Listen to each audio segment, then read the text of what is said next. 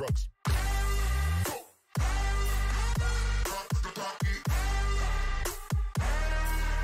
See your girl in the park.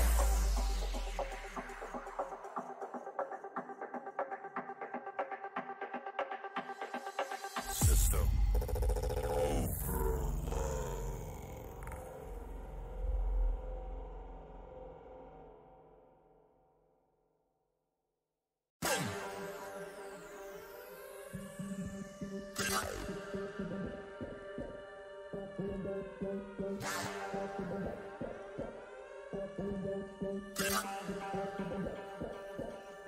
overload.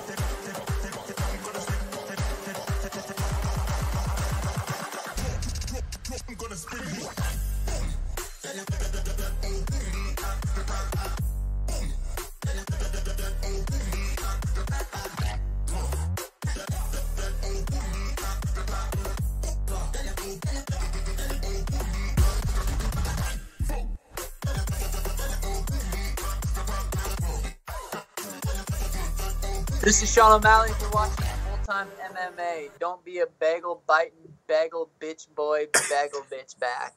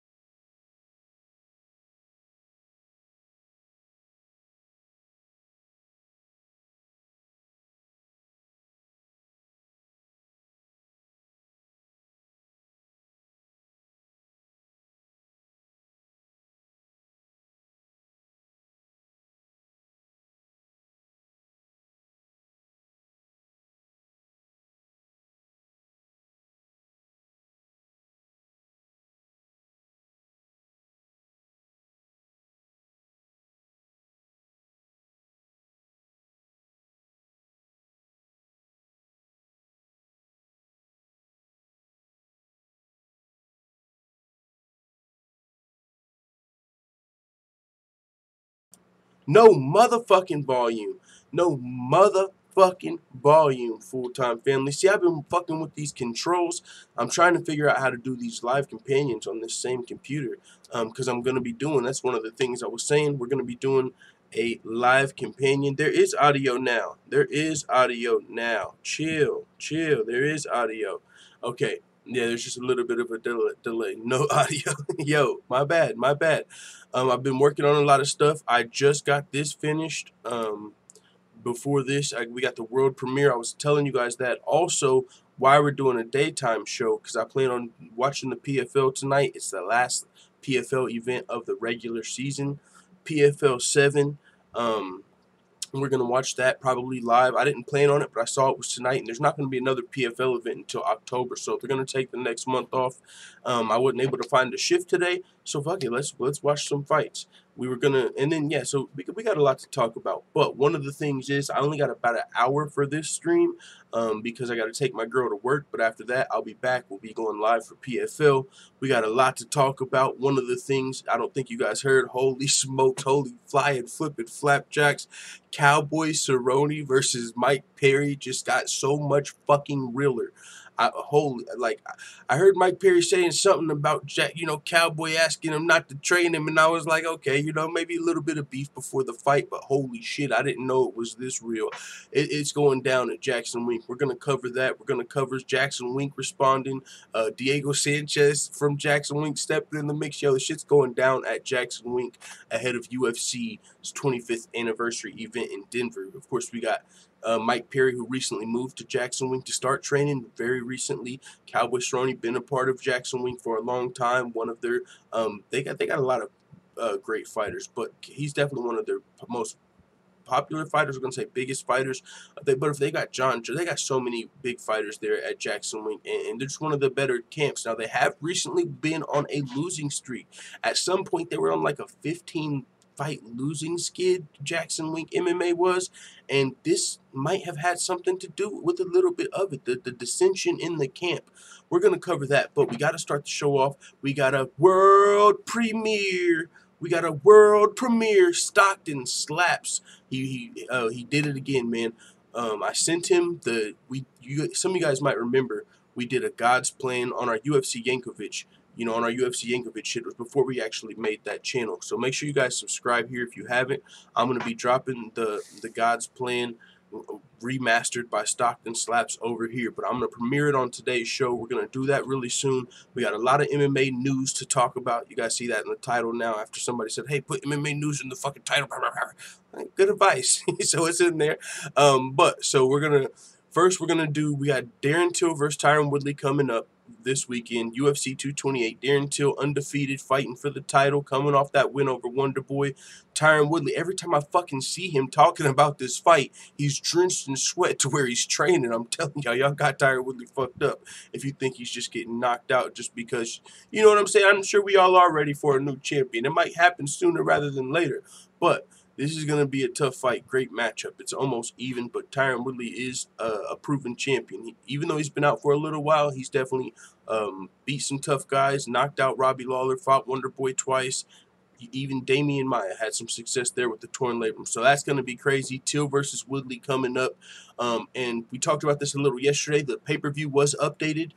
Nico Price versus Abdul Razak Al Hassan, I believe, is actually going to be on the pay-per-view like we were talking about. I was listening to Ariel Helwani show, and that's how they announced it on the promo. So we're going to talk about all of that, all of the MMA news. Let's get this out of the way because I know this picture is not the most appealing thing. But let's run this. UFC Yankovic. Make sure you subscribe if you haven't yet.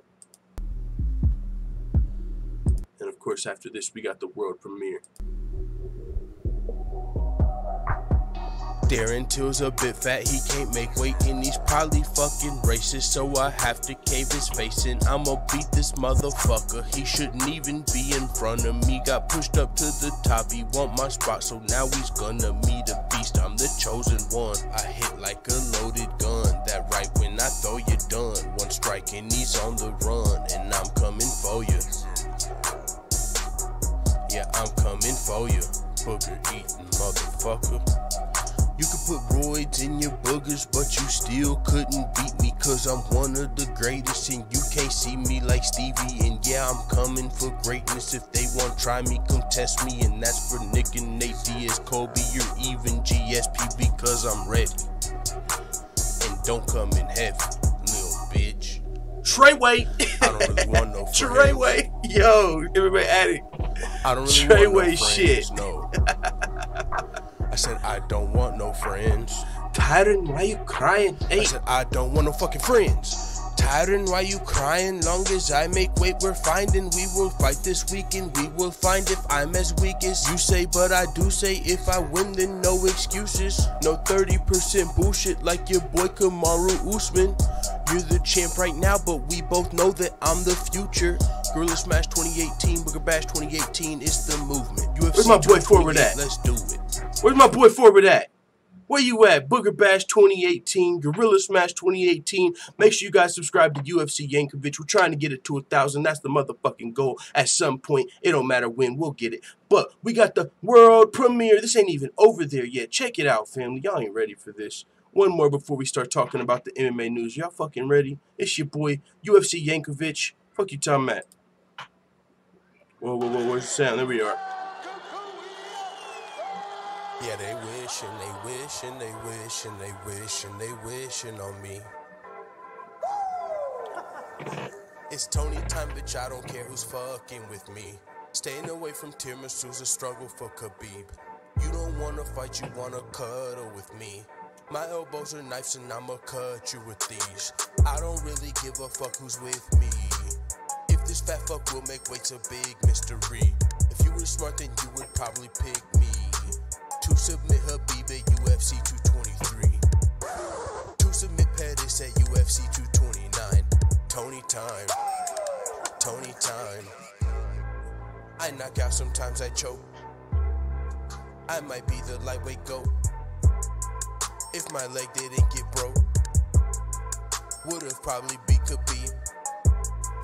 Then moved up and fought Woodley. Either wait for GSP. You don't wanna mess with me.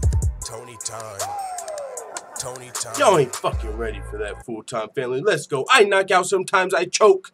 We got some MMA news to talk about. Let's motherfucking go. Make sure you subscribe to UFC Yankovic. We ain't fucking around over there, but we got a lot of news. The UFC is reportedly frustrated with Conor McGregor's selfish attitude and media blackout, but I'm not even mad at this. For one, Conor McGregor's got more power now than ever. With these UFC numbers we've saw lately, free TV, Fox Sports, motherfucking pay-per-views bombing lately. Conor McGregor is the draw, the biggest star. John Jones is still out. Brock's talking about coming back, but we still got to wait and see how that goes. Ronda's gone, WWE champion by now. Conor McGregor's got all the power. And oh, by the way, if you guys don't remember, back in the day, who was he supposed to be fighting? I forget exactly who it was, but the reason Conor McGregor wasn't allowed or his fight was rescheduled, or he wasn't UFC 200. It was UFC 200. Conor was going to be fighting on UFC 200, but since he didn't want to do like the media obligations in that quick of a turnaround, they were like, nah, you got to do the media. And then fast forward to Ronda Rousey's media blackout, Conor McGregor's probably like, what? She can do a media blackout now? But back then, I couldn't even fight on 200. So now Conor McGregor's got his own media blackout, but with that being said, it's kind of a media blackout. It's a media blackout as far as interviews, talking about this fight and his preparation in the typical media, but he's still on social media fucking causing up a storm a little bit. He's talking about Khabib. He's even got some shit going on with Mayweather. People are still talking about the fight, whether or not he's doing traditional media. But now with that being said, here is the report. According to Dave Meltzer's newsletter, one of the reasons you haven't seen much in the way of interviews and such is McGregor has not agreed to do anything. There are no press conferences scheduled because McGregor at this point hasn't agreed to them. There's a lot of frustration within the UFC about McGregor's attitude, but in the end, he's got the leverage, and the ticket sales and secondary market results only give him more leverage. And the secondary markets results giving him more leverage are these other UFC events, not his, that are bombing. That just gives Conor McGregor more power. Like, you guys need me now more than ever. So I might do I don't know. I might do one press conference. It's still up on the, he hasn't even agreed to that yet, but it continues. The feeling is that this may be the biggest non-boxing pay-per-view of all time, and the only reason it wouldn't be is that McGregor hasn't been pushing it hard. McGregor was able to get a larger piece of the action for this fight than any of his UFC fights to date, so there's a direct correlation more than ever between his work in promoting the fight and his pocketbook, but this may also show he knows he's in a real fight and doesn't want to break training. That's it could be the latter. I ain't got time to fucking do the dog and pony show. I mean, this is one of the toughest matchups I've had to face today. I'm trying to get my belt back, reestablish myself as the UFC champion. I ain't got time to be fucking around doing media and fucking whooping his ass, fucking around and having to fight at a press conference, because these two dudes, honestly, you can't take them around the world and do a face-off in 3 different locations. Khabib's been waiting for that location. You gonna tell him he's got motherfucking 3 different face-offs? You don't think something's gonna happen? This is so much deeper than rap. This isn't just 2 guys that fucking want to fight each other. This is 2 motherfuckers that outside of the UFC are ready to meet up at a location, and who knows what the fuck's gonna happen. So with that being said, you can't just square these dudes off 3 times and expect nothing to happen. There might be something, and their teams, not just them. Their teams all traveling with them. Their fucking teams are into it. This could be some gangs in New York type shit. Like, that's also might have something to do with it. I mean, maybe not, but either way, it could be McGregor just preparing for this fight. It's a tough matchup. Khabib Nurmagomedov, undefeated, fucking 27-0, undefeated lightweight champion, never lost a round. You know what I'm saying? So tough fight for McGregor. But with that being said, he is getting a bigger piece of the action, it says, but at the same time, there's something to be said about promoting your fight. Especially if you're getting a piece of the pie, right? As far as the pay-per-view sales. If you get the pay-per-view sales and you're promoting the fight, that's more money for you. But it's really not all about money anymore for Conor McGregor. He's got money. He really needs to win this fight. So it's not really about upping the pay-per-view sales for McGregor at this point. He's got to win. It's fucking winning over money at this point because he's got money. So he really needs to win this fight, and that might result in this not being the biggest UFC pay-per-view of all time. UFC 205 was pretty big. Madison Square Garden. Conor McGregor became the champ that night, but it wasn't just that. There was, 3 title fights on UFC 205, if I'm not mistaken? Of course, you had Alvarez versus McGregor. I mean, it was a stacked night of fights. Yeah, you had Woodley versus Wonderboy 1. Joanna might have fought Carolina on that card, if I'm not mistaken. So it was a stacked card. And I've seen some reports come out lately that this is the second, I don't know if it was box office sales, I don't know if it was ticket sales, something. It was number 2 to UFC 205 at that point. So, like, as soon as it was released, it was number 2 only to UFC 205. So, we'll see what happens. But, yeah, Conor McGregor not really doing much media leading up to this fight. But he is on social media, at least. You know, that is regardless of what you say. He's got a lot of social media followers, and especially he's got Floyd Mayweather biting. You know what I'm saying? That's a little back and forth reigniting that. That's gonna fucking let the boxing world know, hey, bada boom, McGregor's fighting. You know, even if they're like, oh, why is McGregor? Just, you know what I'm saying? So he's still stirring some shit up. He's still got people know McGregor's fighting, whether or not he's doing fucking, you know, Daniel and Kelly every day and morning shows and shit. He's training. He's motherfucking training for Khabib, which is a good sign if you're a McGregor fan, honestly. Less media, less distractions, less, you know, more time for training. Let's see what the full-time family's talking about before we get into this shit right here, boy, because this is going to be a second. There's a few topics. We got to okay, so I haven't even got to listen to the full episode of the Joe Rogan Experience where Donald Cerrone came on yet, but we did get a preview. Somebody said, yo, I think Cerrone's going to be going on JRE and really letting everything be known, and boy, did he ever, because now we've got the claims. Donald Cerrone burying Mike Winkeljohn, claiming he ruined Jackson Wink, calling it a fucking puppy mill. Donald Cerrone ain't fucking around, but there's two sides to every story, actually three. There's one side, there's Cerrone's side, Jackson Wink's side, and then there's the truth, you know. So I want to give you both sides, and then we've even got some, at least one fighter in Diego Sanchez sticking up for one of the sides. So we got a lot to talk about here. Pretty crazy shit, and you got to think Donald Cerrone is going to be fighting Mike Perry at UFC Denver, UFC's 25th anniversary card. Yo, they're fighting for a little more here. It's a little different here. Now Cerrone might be leaving Jackson-Wink. You know he's got the BFM ranch. It's not like he's just getting kicked to the curb. He's definitely got his own shit going on. He's got his own fucking training facility at home and shit whenever he wants. Like the BMF ranch with ATVs and all that shit included. Like it's probably, I wouldn't be surprised if his fucking training facility at home is more comfortable, at least for him, but also maybe even a fucking better facility. Cerrone's also been getting money. He's got the sponsors. He's had them. He's been around for a while in the game. He's a veteran, of course. So Donald Cerrone, though, you're gonna have to make sure, like me as well, we listen to that full episode. But there's a lot Donald Cerrone had to say, which we'll cover first. Like I said, let's see what the full-time family's talking about first. Forrest says never lost a round. He's never lost a round. Chill. Israel, hey, this fight will flop. Y'all heard it here first. I don't think it's gonna flop. I don't know what you mean by flop. It's gonna do at least 1 million. I don't know if it'll fucking do 2. It'll do 1 million. I don't know.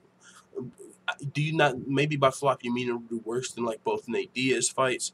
I think it's going to be a big fight. McGregor returning to MMA. And I think also, I don't think he's going to do no press conferences. He might do one. I think he'll at least do one. If he does 0 media, I'm talking all the way leading up. We still got about a month. You know what I'm saying? Actually, we got the countdown. What does that say? 36 days? We got the motherfucking countdown.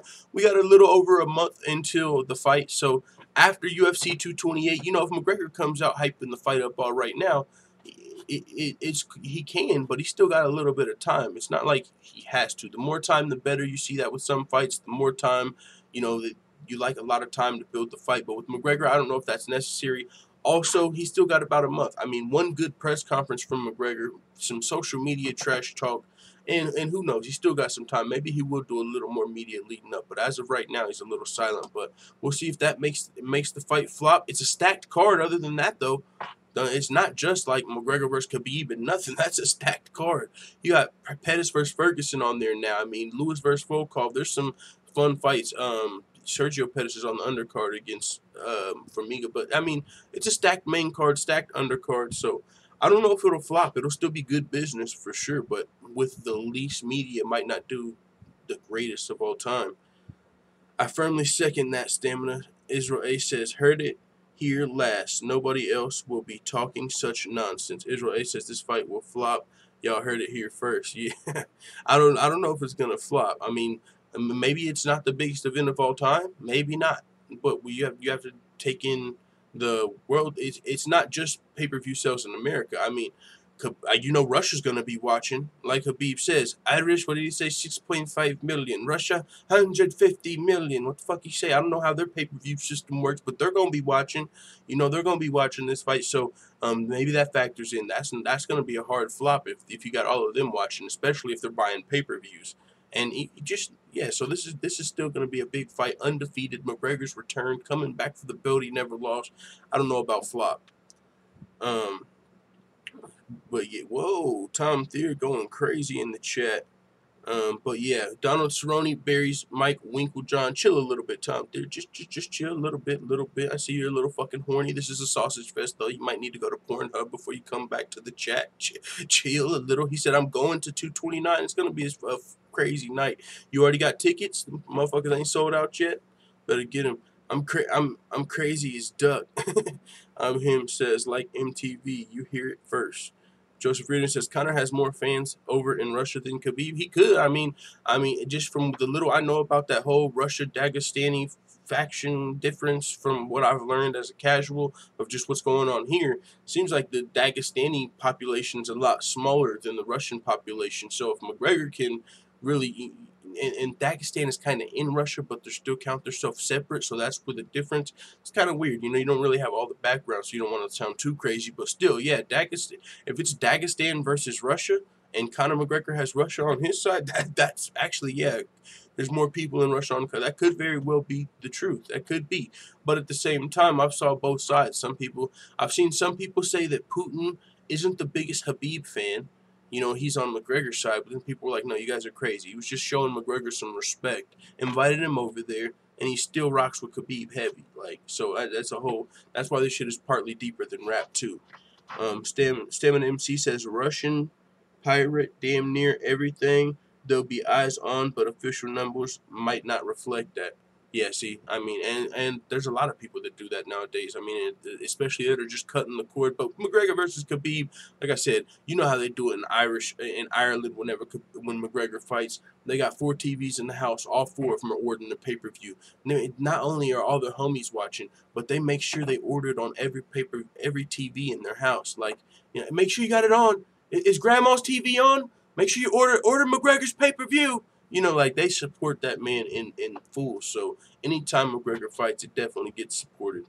But we'll see what happens. What a fight, though. What a fucking fight. 36 days. Who's going to win? Yo, I'm thinking Khabib, but it's fucking... What the fuck? Let's go. But let's talk full-time family. Donald Cerrone versus Mike Winkeljohn versus Jackson-Wink. Crazy situation. We're going to break down what we can from these 3 to 4 articles we have just from the responses. We've got Cerrone's take. And we've got Winkeljohn's response, and then we even have a team Jackson-Wink fighter coming out in defense of Winkeljohn, saying, "Yo, Cerrone, chill." So let's get into it. This is what Donald Cerrone had to say, appearing on the Joe Rogan Experience.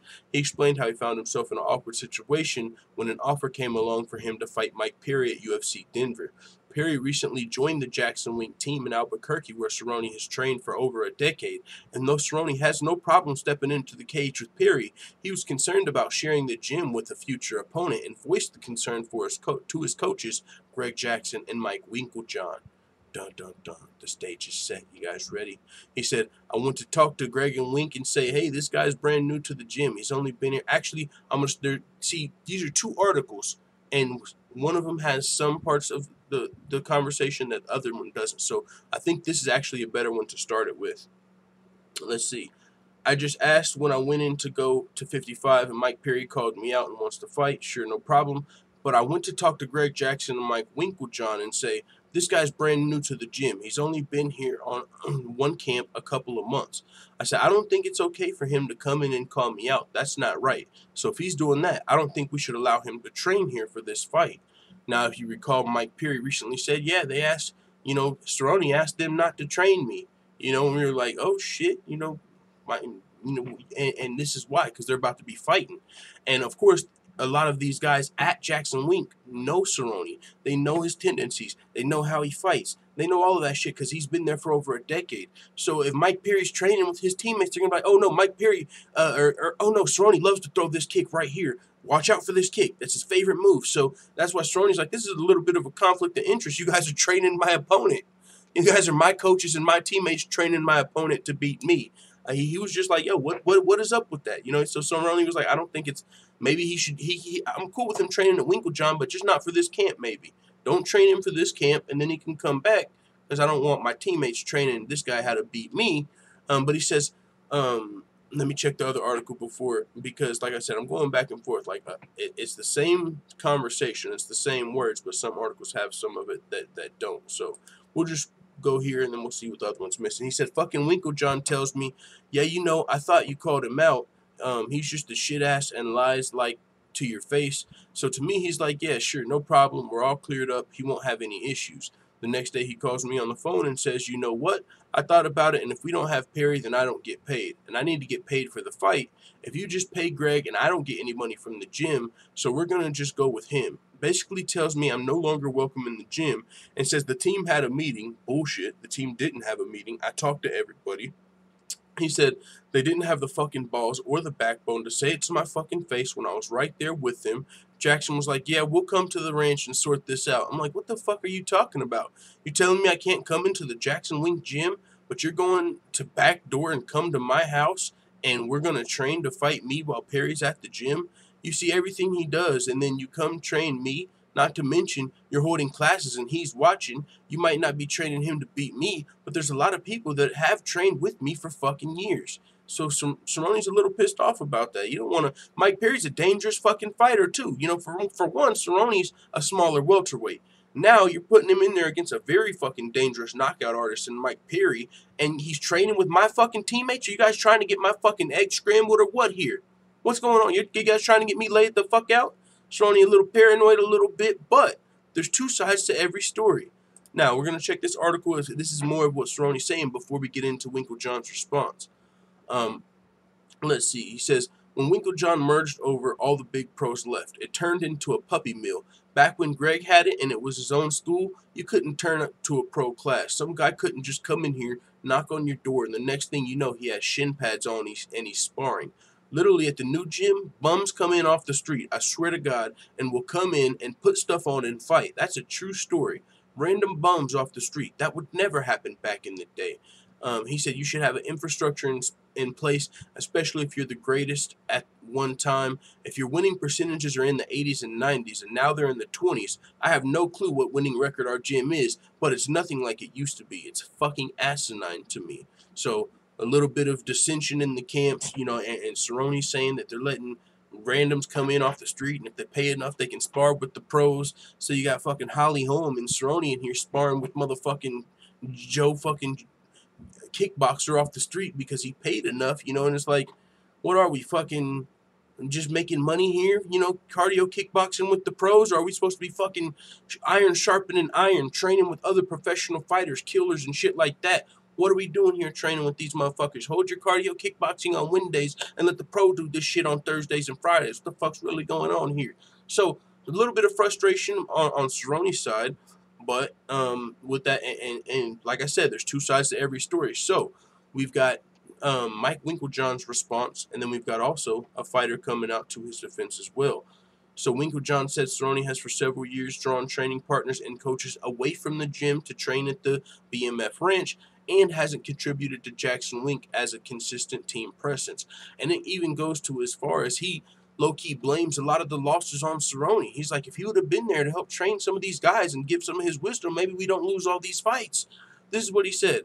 Loyalty is two sides. Cowboy is not loyal to anybody in the gym. He's on his own. He does his own thing. He has not, from what I can remember, in the last 10 years, ever helped anybody out with their own camp. He's as narcissistic as they come. He said, and that this was Cerrone's, but that was his response, just his quick response. Let's see. Let's see if Winkeljohn has any more response in this article. But that was his first part. He's saying, I know there is, because he said something about all of these losses. I'm going to find it. It's probably later in the article. But that was the first part of Winkeljohn's response. He's saying Cowboy's not loyal. He's hurting the gym by taking coaches to the BMF ranch. Let's go fucking watch some ATVs, get some fucking training in over there. You know what I'm saying? It's, well, now you got fucking what? Our teammates, Dodson and whoever, I'm just using his name as example, guys that train at JacksonWink.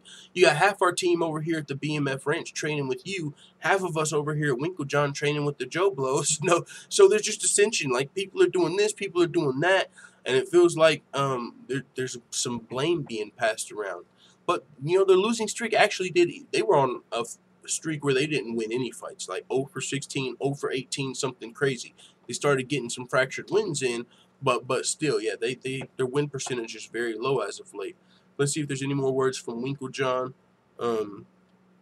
Let's see. Here's some more from Cerrone. He says, I put up with it for a long time because Greg has the biggest heart in the world. Oh, this was Winkeljohn. Okay, here we go. So Winkeljohn said he hasn't worked with Cerrone since 2010. He said the issue with Perry is merely a catalyst for issues that have been festering for years. I put up with it for a long time because Greg has the biggest heart in the world. He's like my little brother. But at the same time, it was causing division.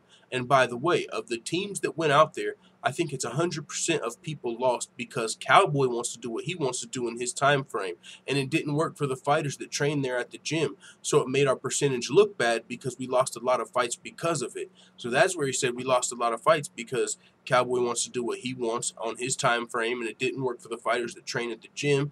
So some fighters who might be preparing for upcoming fights, when they're looking for some iron to sharpen some iron, they would love to train with Cowboy Cerrone leading up to their fights. They can't find that, maybe Cowboy can come in at 7, but it's like, yo, I gotta do this at 7. I can only train at 5.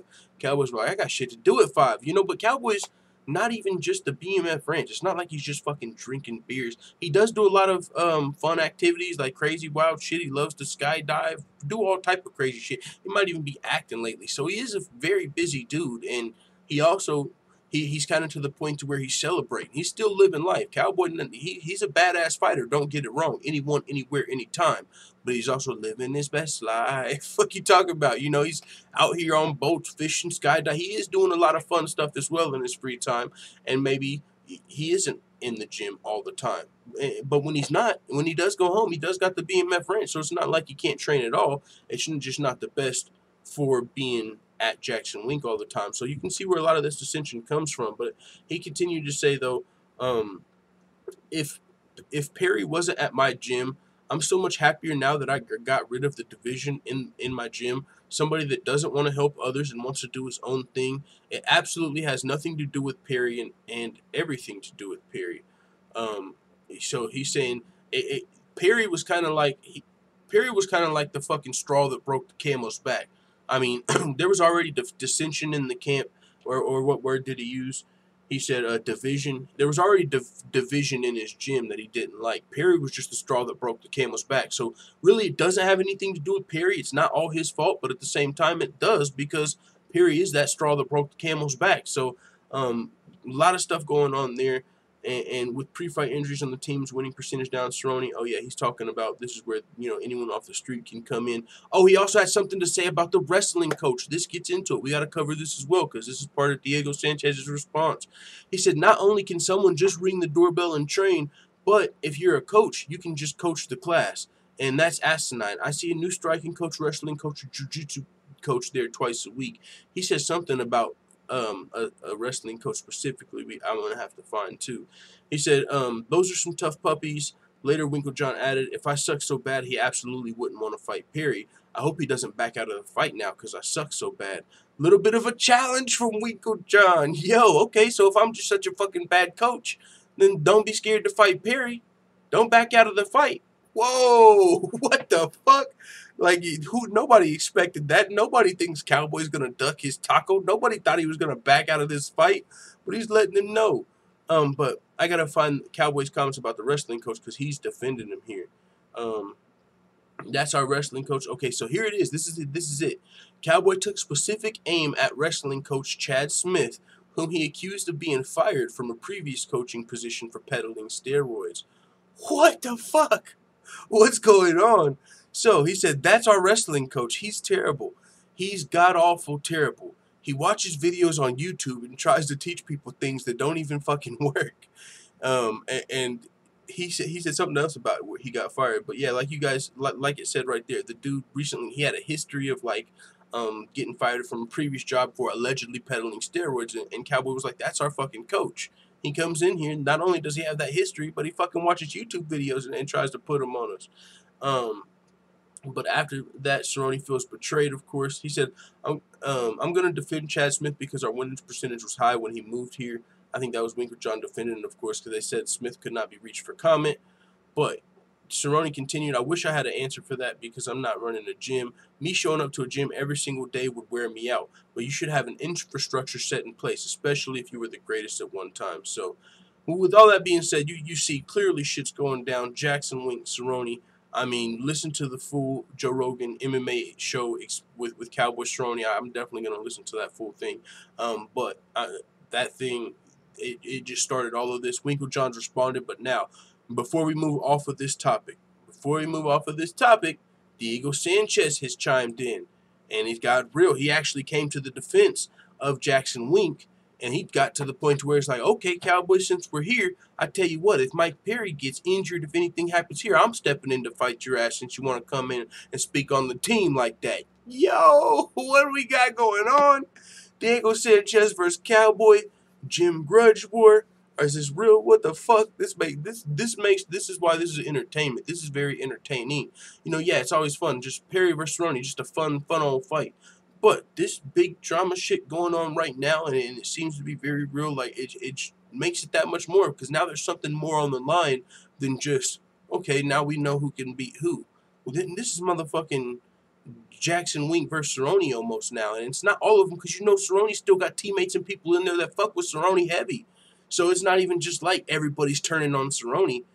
It's a crazy situation. But Diego Sanchez sticking up for Jackson Wink, saying Donald Cerrone is not his homie anymore.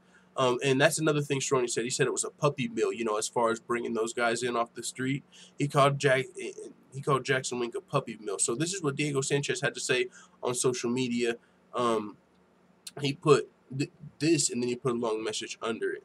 Best Emmy in the world is not a puppy mill, and there are pups. I don't know what the fuck this is, rats, I don't know.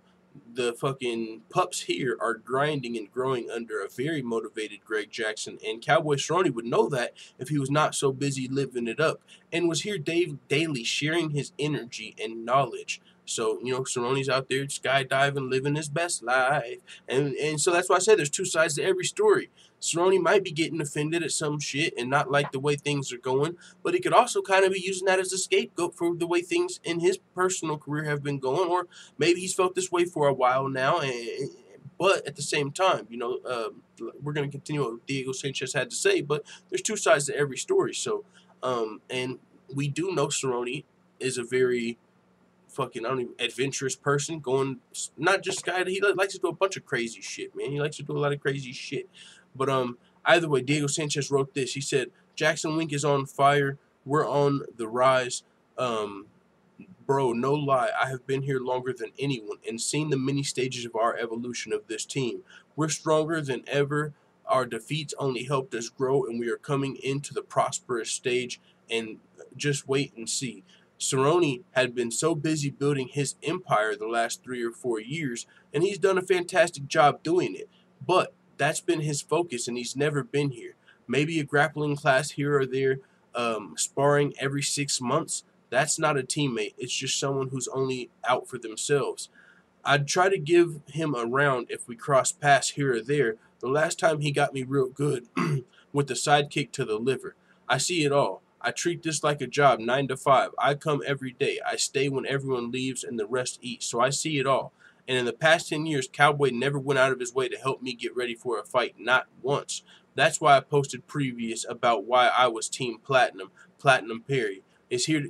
Platinum Perry is here to give me the rounds I need, if I need them, and help me more in one camp than Cowboy did in 10 years. Damn. Now, this is like I said, this is a little deeper. Diego Sanchez has been with Jackson Wink from the beginning, and probably even longer than Cerrone. And he said in 10 years, Cerrone's never once helped me with the camp, you know, and that sounds kind of crazy, but it kind of goes to what Jackson was saying, you know what I'm saying, or Winkeljohn. So with that being said, he said, don't badmouth my gym or my coach, MMA coach Wink. We're good peeps striving to better our city, our state, and our sport. If Perry falls out come November, I'll be ready to fill in with zero hesitation, and we know where Jackson will be. Loyalty, it's not all about money, real talk. And then he tagged everybody from fucking Jackson Wink, John Jones, Carlos Condit, Michelle Watterson, Holly Holm, motherfucking Six Gun Gibson. The list goes on of all these people he tagged, all of his actual teammates. He said, divided we fall, united we stand. One more thing. Chad Inspire MMA is the best wrestling coach in the game. You would not know, but maybe you will find out if we ever get to the octagon. Oh shit, son. what is going on here? So it looks like after Cerrone versus Perry, Cerrone might have a fight already lined up with Diego Sanchez in the future. Sanchez wants all the smoke with what seems to be what it looks like from the outside, potentially a traitor. I don't know if you could call him that. Maybe it's a little too far. A trade. He's seems to be out from the gym though. I mean, and from what was said on both sides, you can just kind of speculate as to what's in the middle. It does seem like, Diego Sanchez. I don't think he has a reason to lie, but also we got to just be unbiased. There's two sides to every story. Diego Sanchez, that's his job. You know what I'm saying? Of course he's rocking with Team Winkeljohn. What's he going to do? There ain't no fucking job waiting for him at the BMF ranch, so he's kind of a little biased. So, like I said, there's two sides to every story. Not going to speculate, but either way, man, it is what it is. Cowboy and Jackson-Wink, they seem to be going their separate ways, and this could be a good thing as far as the coach is concerned. He said there's no more division. Now we got a bunch of people here that are going to help each other. But here's my thing. I mean, what was Donald Cerrone like telling certain fighters, like, man, fuck these guys. We fucking got a puppy mill fucking running over here. Come over to BMF. Like, because I say that because if Cerrone was out, not at camp, if it was hard to get rounds in with Cerrone, he's gone now. You're not going to get no training with him now. So there was still everybody else there, right? John Jones, Holly Holm, John Dotson, everybody that he tagged. All those guys were still there to train with. So, I mean, I don't really think you can just place all the blame on Cowboy Cerrone for fucking... we lost... A lot of the reason we lost all of those fights is because fucking Cerrone wasn't here to train with us. Like, no, what? That's not all Cerrone's fault either. So, two sides to every story, but either way, now we got some fucking fights and there's something to him. Cerrone's going to be fighting Perry, who's now training with Jackson-Wink, and that's a dangerous fight, specifically because he trains with Jackson-Wink, because they do know Cerrone. All these guys know Cerrone. They did used to train with him, and some of them didn't get rounds with him clearly, so maybe they don't know as much about Cerrone because he wasn't always training there. But no, either way, when he was training for his fights, he was training at Jackson-Wink, so they know the ins and outs of Donald Cerrone, you would expect. So they're going to be able to teach those to fucking Mike Perry for this potential welterweight fight. Dangerous fight for Cerrone, and honestly, the way things are looking, it's never good when... For one, now he's leaving his team, so he's going to be, it's a camp switch up. He's probably, who's going to be training him for this fight? And then for two, his former team is training his opponent now, so that's just not a good look for Cerrone, honestly. And that could spell out for some bad news. Forward says this shit goes deep. Pause. I agree, man. This shit's kind of crazy. This is deeper than rap. Yeah, this shit is deeper than rap too now. This Cerrone versus Perry is officially deeper than rap. Cerrone versus Sanchez. That's a fight. That'd be a good-ass fight. What are you talking about? Diego Sanchez versus Donald Cerrone. It's deeper than rap. But, yeah, man, we only got about 25 minutes before I got to take my girl to work. Actually, about 20. So I'm going to try and speed through these topics. Maybe we don't even cover all these now. We got more for later on today or even tomorrow. You know what I'm saying? We got a lot of topics. But McGregor and Mayweather, of course, there's one more response. We've been covering this back and forth a little bit. First, Mayweather offered to help McGregor. Conor McGregor was like, fuck the Mayweathers. What are you talking about? There's no peace here, kid. Step up or step down. Oh, don't try and get a motherfucking photo op. You can't show me shit I need to know for Khabib in the first place. But, so Floyd Mayweather may be a little salty. You know what I'm saying? It's like he got turned down. He offered McGregor, hey, come on over here, get some training. He's like, nigga, fuck you. And so now Floyd Mayweather posting a picture of him beating McGregor saying, easiest 9 figures I ever made. All work is what? All work ain't, you know what? I'm going to put a hole in that shit right now. All work is what? Easy work. No, the fuck it ain't. I'm going to tell you what work ain't easy. Motherfucking Conor McGregor in the UFC. And if it was all work was easy work, then this UFC work would be easy. But clearly it ain't that motherfucking easy because you're still over there in boxing talking about fucking photo ops and training with McGregor after you were talking about getting in there in the UFC. If you wanted to fight McGregor, like you said, and you was going to go, and he did say, oh, after this, yeah, we'll go to UFC. If you were really going to do that shit and be about it, then you'd have been over here. If all work is easy work, that would be easy, right? Clearly all work ain't easy work because you ain't coming to get this UFC work. So we're going to move on. Like I said, we don't got much more time. But McGregor, and also he's a little salty. You can't, that's like me saying, hey, bro, you want to come hang out with me? You want to go, let's go watch the fights. And then you're like, nah, I ain't got time, man. I'm actually going over here with my girl. And I'm like, oh, well, fuck you. I didn't want you to come anyway. Like, boy, chill. You sent me the fucking invite. You can't turn on me now.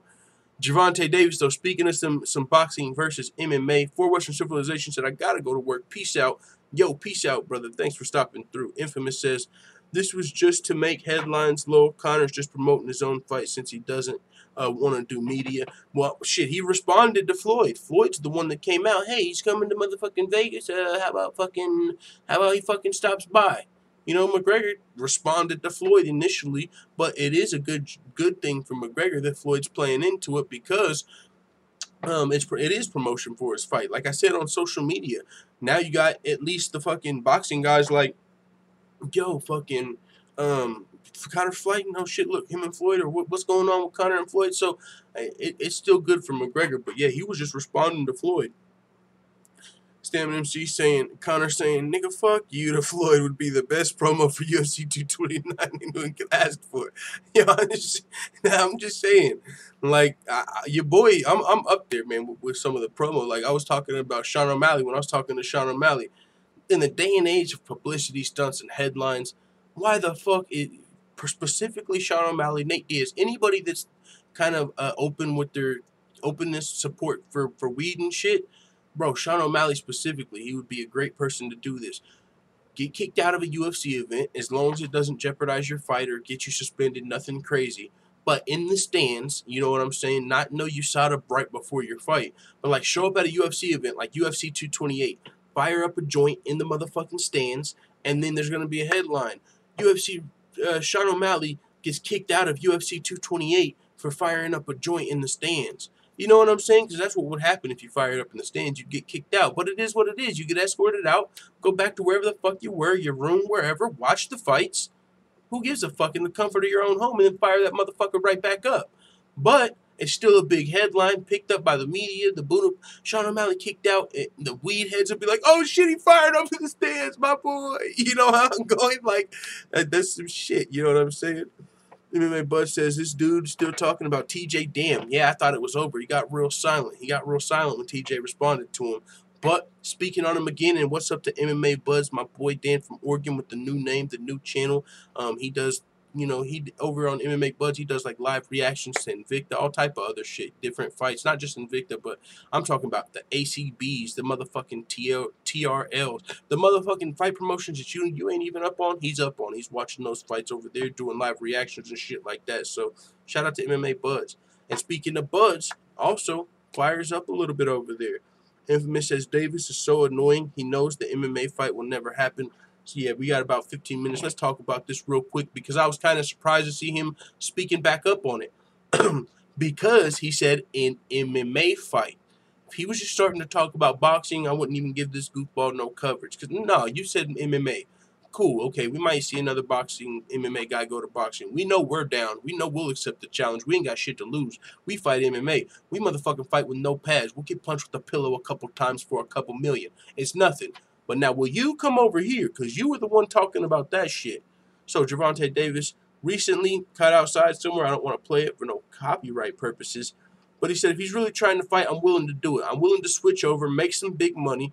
I could come to MMA or he could come to boxing. If he's willing to fight, then yes, I'll switch over to MMA. I'd knock him out first round. They've got longer rounds in MMA too, right? They've got 5 minutes or whatever. He said, nah, he don't got a chance. I'm too fast, and I hit hard. Clearly he's delusional, like, you know, Floyd Mayweather, but he is one of Floyd's boys. I don't know if he's signed to Floyd or whatever, but either way, Floyd Mayweather, you know what I'm saying? He could broker this deal since Floyd Mayweather's ducking his taco. Shit, how about undercard? Boom. Mega fight. Like, let's just do like a 2-fight. Mayweather versus McGregor, Gervonta versus TJ.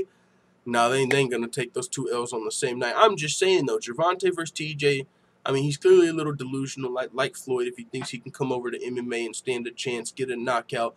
But one thing he did say just sparked a question in my mind when he said they got longer rounds. Now, I would think that boxers have better cardio because they have longer fights, right? And more cardio intensive, it seems. Now, unless you're getting grinded on by like a fucking wrestler or something like that, pause. Of course, that'll wear you out for sure. But I'm saying, I wonder how boxing cardio would transition into 5-minute rounds if they're used to fighting 2 minutes, 3 minutes, taking a break, 2 minutes, 3 minutes, taking a break. I wonder how their cardio would transition to MMA, those 5-minute rounds, especially if you fuck around and get taken down. That'd be crazy, but either way, that's even worse for the boxers, you know, if it's not good. So, he's saying he'd knock him out, clout chasing at its finest. He saw TJ Dillashaw knock out Cody Garbrandt. He don't really want no smoke. He's just trying to get a payday if possible. I mean, he really wants TJ to come to boxing. That's what he really wants. Because now he's speaking again, but of course, if TJ responds, he's going to be quiet. TJ gave him all the chances in the world. He responded 5, 10 fucking times. What's up? Caught him out on video. Hey, you didn't even tag me. What, you think I wasn't going to see it? You ready? You ready? Let's fucking go. Now, Gervonta was real quiet, but of course, if a reporter asked him, hey, so are you down to fight TJ in MMA? What's he going to do? Say, no, I was just fucking around. I ain't crazy. So he's just maybe, you know, a little bit of ego, whatever. We're going to move on past that, though. Colby Covington, he has something to say here that's specifically funny. Not even the whole article, and it's not even the headline. But he said something that was just hilarious here, and I wanted to read it to you guys because I thought you would enjoy it. But Colby Covington hopes Tyron Woodley doesn't fuck up the money fight. This is what he had to say. He said, it's short-sighted. That fight's not going to do 100,000 buys. Mark my word. If it does 100,000 buys, it will barely be over that. If they would have waited a couple months, it's going to do a minimum 500,000 buys. Colby's crazy if he thinks he's doing 500,000 buys with just Woodley. Now, it is a big fight. It would be built up, but he did like half of that at UFC 225, which was also pretty stacked. So unless he just thinks his drama with Woodley would double that, I don't know, 500 might be overshooting it. But hey, it is still a big fight. So, but 500,000 a little bit high. Either way, Colby Covington always trolling a little bit. He said, I don't know why they wanted to rush it, but unfortunately they needed a main event for that Dallas card because that women's fight, no one knows who they are. No one knows they're fighting. No one knows who they are. No one even knows they're fighting. I don't know what the girls' names are, and I don't care about that fight. So they needed a main event. Put some fucking respect on Valentina's name, dog. So they needed a main event, and everybody else is sucking on their thumbs, not ready to make the UFC and MMA great again. They had to put Tyron out there since he's faking injuries and hanging out in Hollywood like a little liberal soy boy. This motherfucker's crazy. Now, with that being said, the funny thing he had to say is down here. And they asked him, so who do you think loses, or who do you think wins at UFC 228? And he said, I don't know who's going to win, but I do know who's going to lose, and that's the fans. That was the funniest line in the world to me. I don't know who's going to win, but I know who's going to lose, and that's the fans. They're really going to lose with that fight. I hope Tyron Woodley doesn't fuck this up. That's the money fight. We've got a real beef. We used to train an American top team, and I whooped his ass, and he hasn't been back since because he knows I'll whoop that ass again. I hope he doesn't fuck this up and fuck up this money fight. But I'll tell you who loses in all of this, and that's the fans. Yo, somebody said, yo, that Till poster, the Tillsbury Doughboy. Yeah, that was actually from a while back. That was back from May. That's why I didn't really stop on that, because it was kind of old. But yeah, if you haven't saw that, that was pretty funny from Kobe too, the Tillsbury Doughboy. But yeah, we're moving on. I got about 10 motherfucking minutes. Kevin Lee leans toward Gaethje as his next opponent after hassle from Iaquinta. We've talked about that on the show recently. I mean, we've seen Kevin Lee with the dollar signs after Gaethje won. That's a potential fight we would all love to see. And other than that, the only real other opponent that people have been talking about is Iaquinta. But, like he used this word in the headline, hassle. That's what it is, kind of getting Iaquinta to fight. UFC's likely going to have to overpay him because he's got real estate, so he knows his worth. So it's like, they got to pay him more than other people, a little hard. And he was scheduled to fight Gaethje, and then he was out of it. And so it's just kind of, you know, with Iaquinta, it's kind of hard to hold your breath for that fight. I mean, but Kevin Lee does want that rematch. But now that Gaethje just got a big win, now Kevin Lee's seeing dollar signs, and Gaethje's open too. He said, I better fight Kevin Lee or Iaquinta before they even think about fighting each other. Al backed out, and Kevin is next. So with that being said, Gaethje versus, and I'm fighting Kevin Lee. Whoa. Oh, when was this? August 29th? He just said this yesterday, and I'm fighting Kevin Lee. Justin Gaethje been thinking, now this is new. Even today, Iaquinta tweeted at Gaethje that he's fighting Lee next, and the merry-go-round continues. So this is brand new. So it looks like Iaquinta does think he's fighting Kevin Lee next. Now that I thought his name was out of the hat, because Kevin Lee and Gaethje are open to fighting each other, that's the higher ranked fight. That might even be the bigger fight. So now Iaquinta might get thrown out of the mix because I don't know. We'll see what happens. But Kevin Lee has said that he would rather fight Iaquinta. He said, I like the Gaethje fight. I think that's the one I'm leaning toward. Gaethje wants to fight. Gaethje doesn't give a shit. We talk about it ourselves. And so we'll see what happens. But now it's a fucking merry-go-round. You got Gaethje and Lee down to fight. That's the fight I want to see. I don't want to do Iaquinta down to fight, and then he hears something that might piss him off. Like, oh, wait, I think I should make more. I mean, wait, are we going to be the main event or the co-main event? If I'm the main event, I want a fucking extra million, a main event million bonus. Like, you know, just a lot less hassle when you're not dealing with Iaquinta. You know what I'm saying? Whenever he's ready to fight, he's going to let you know, hey, I'm ready to fight, and he'll get in there. But I don't want to personally hold my breath for an Iaquinta fight when we know we got Gaethje and Kevin Lee, who they usually don't give up that same hassle. And they're also higher ranked. We can go to the UFC rankings really quick, of course, because we got to get out of here soon. But we're going to come back live for the PFL prelims and probably the full show, the PFL. We're going to do a live reaction just watching the fights. But yeah, other than that, man, we got about 15 minutes left. Let's pull up the rankings. We got a few more things to talk about, though, so that's good. Maybe we can squeeze them all out. Pause. So we are looking at the... What rankings are we looking at? What was I just fucking talking about, guys? Fucking brain fart. Lightweight? Yeah, lightweight. Who's the higher ranked? Okay, so you got Kevin Lee ranked 6, Gaethje ranked 7. So they're the higher ranked fight. Iaquinta's down here at 9, so... I mean, also, Gaethje's definitely got momentum back now. He's already the fucking highlight with the Wars. Now he's got the first-round knockout. He's even got momentum. So if Kevin Lee's looking to fight the biggest fight, Gaethje, like he might be the dollar signs. Now, of course, Iaquinta would be a rematch for Lee that I'm sure he would love to get back. And on top of that, Iaquinta did just main event against Khabib. So both of those are options for Kevin Lee. So now it's really between Iaquinta and Gaethje as to who gets the next Kevin Lee fight. We'll see what happens, but now that's what we're looking at. Kevin Lee's going to be in, and Kevin Lee was wanting to fight at UFC 229, so he's pretty much ready to fight.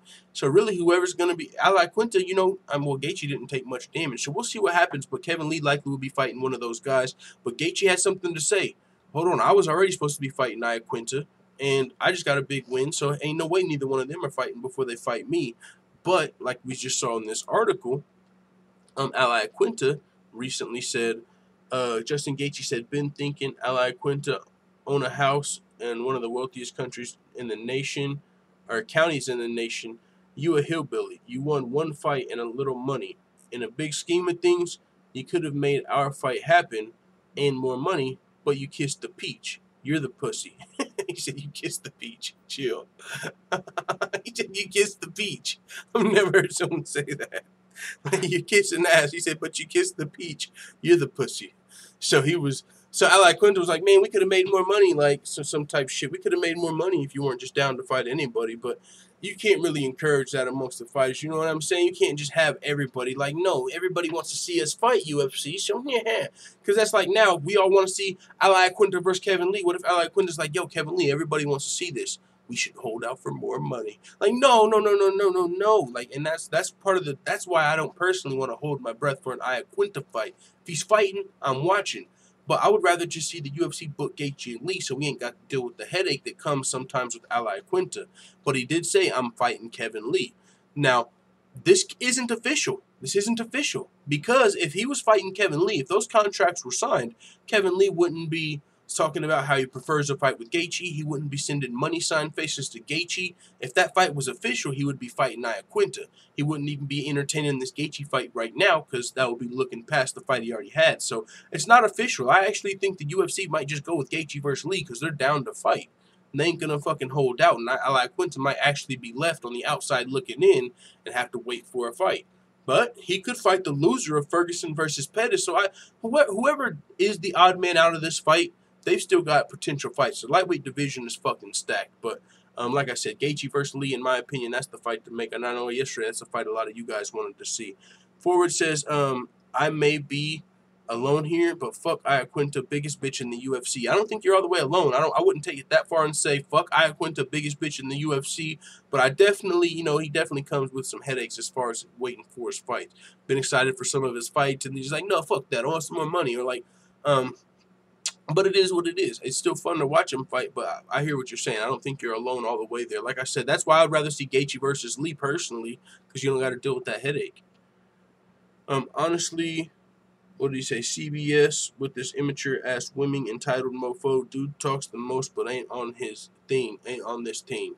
That's what I'm saying. It is what it is, you know. But yeah, you definitely got a point. And that's another thing. He's lucky he got that damn main event at 223. The way that he's always kind of speaking out against the UFC and not always fighting, not the most active. And then I think he's even part of Project Spearhead to get that main event. And in the past, you got to recall, he said, yo, fucking Khabib, to fight that guy, you got to give me like fucking $1 million or something. I'm not fucking fighting that guy. You see what he's doing to people? You got to give me like fucking $2 million.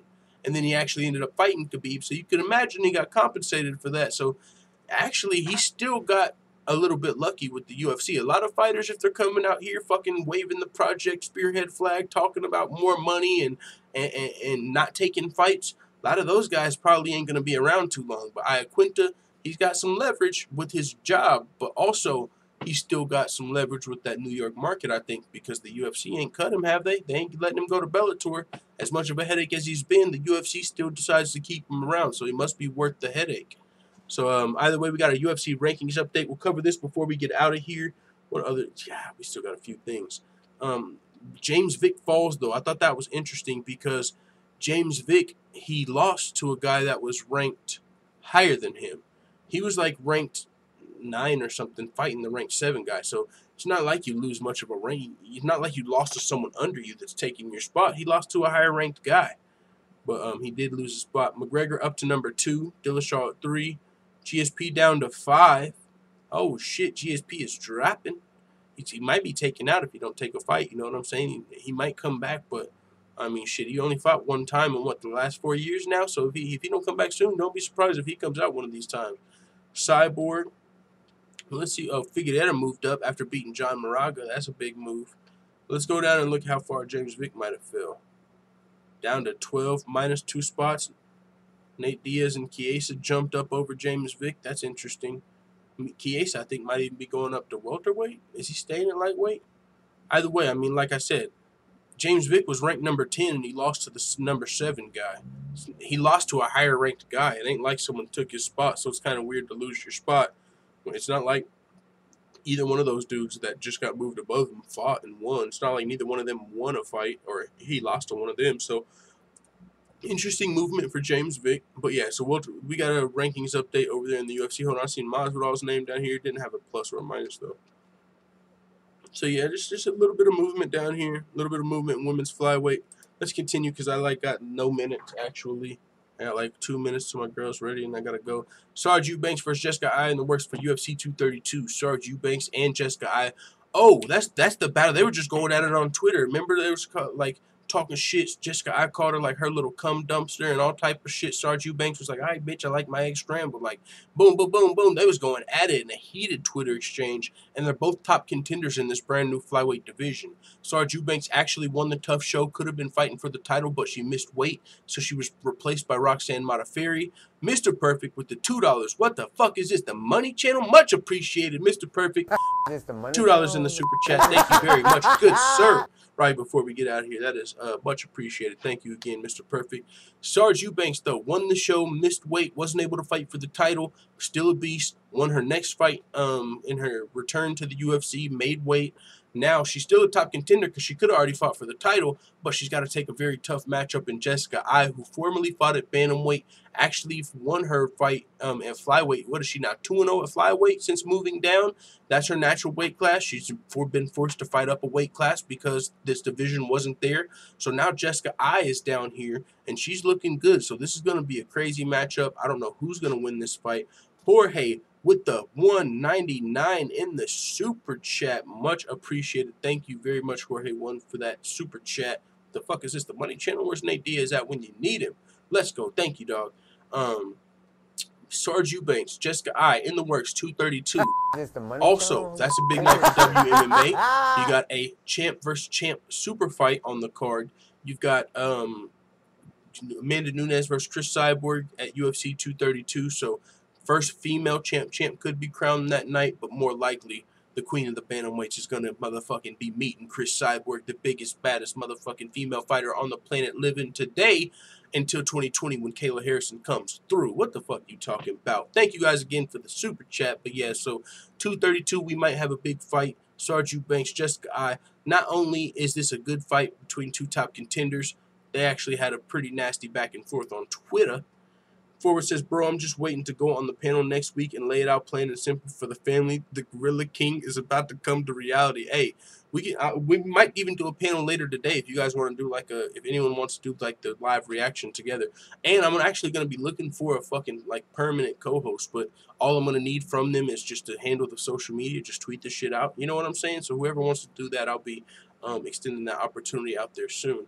Oh, I didn't tell you guys. I got like 5 minutes. I got my first death threat, you guys. Somebody told me their AR has a heat sensor and they're coming for me.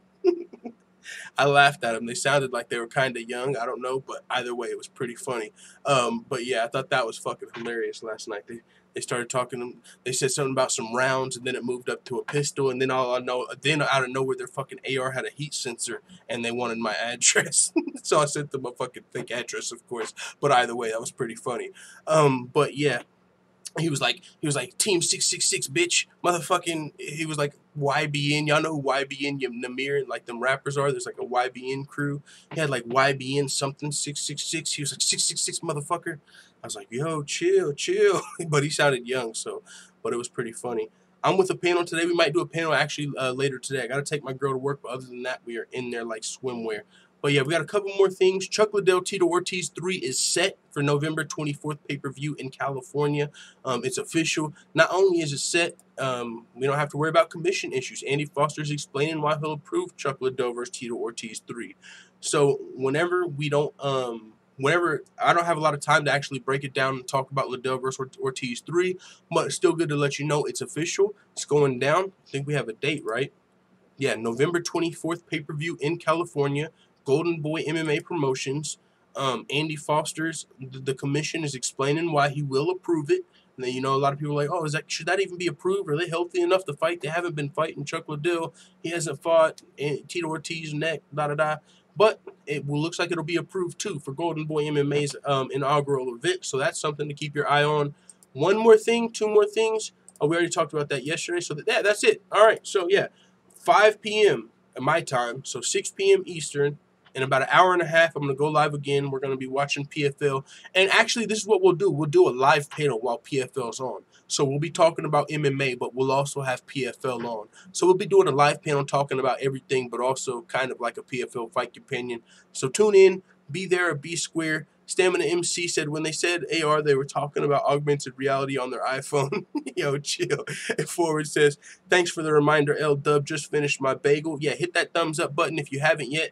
I need to get a night bot in here in the chat. Like, hey, guys, if you're finished biting your bagel, make sure you hit thumbs up. Like them bots you see in the chat. I'll probably get one of those soon coming up in the next week. I thought about that earlier today, but I didn't have time before the stream. Forward says, get them roided up. I ain't interested in seeing two middle-aged men throw handbags. Got World Star Hip Hop for that. Yeah, you got a point. But these are still two motherfucking middle-aged fucking elite fighters. So it'll still be interesting. But yeah, I don't know. I mean, with the help. But hey, if a fight broke out at a motherfucker, I forgot who said this. I would give him credit. But they said this is like the two toughest dads at a barbecue throwing down. If you're at like a fucking family barbecue or something, these motherfuckers actually got into it. Everybody's going to watch. You won't watch. Of course, you might try and break it up because it's family. But you get the point. Everyone's going to watch. Now, everybody, there's like we've seen UFC numbers going down. There's a lot of shit to watch. Everyone might not watch it, Golden Boy MMA, but there's definitely going to be a market. I think there will be some people that actually do. Does he got his pension? Fuck me. Does he get his pension? Says Joseph Reed. I don't know, but thank you guys for tuning in. Time for me to shut it down for now. I'll be back live in an hour and a half. We'll do a panel, and we'll also be watching PFL 7. It's going to be on Facebook for the prelims, and then the other portion will be on CSNBC, something like that. You guys get the point. Thank you guys for tuning in for the day, for the show. We'll be back live in a little bit. Be there, be square. It is what it is. Let the full-time family know what you think in the comments.